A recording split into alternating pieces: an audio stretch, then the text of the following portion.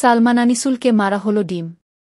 আদালতে নেয়ার পথে সাবেক প্রধানমন্ত্রী শেখ হাসিনার উপদেষ্টা সালমান এফ রহমান ও সাবেক আইনমন্ত্রী আনিসুল হককে বহনকারী প্রিজন ভ্যানকে লক্ষ্য করে ডিম নিক্ষেপ করেছে বিক্ষুব্ধ জনতা।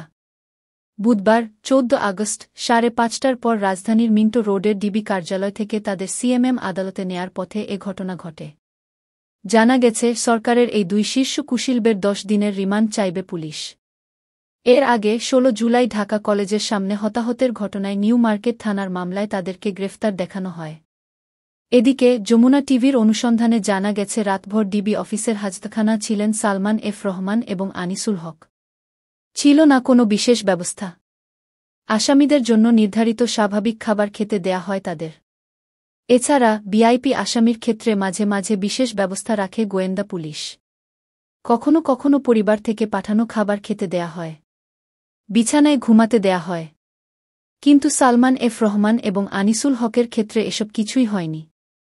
অন্য আসামিদের মতো হাজতের মেঝেতেই ঘুমাতে হয় তাদেরকে।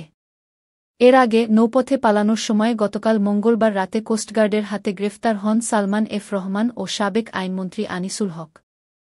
এরপর পুলিশের মাধ্যমে গতরাত্রেই রাত ১০টার দিকে রাজধানীর মিন্টো রোডের ডিবি কার্যালয়ে দুজনকে নেয়া হয়।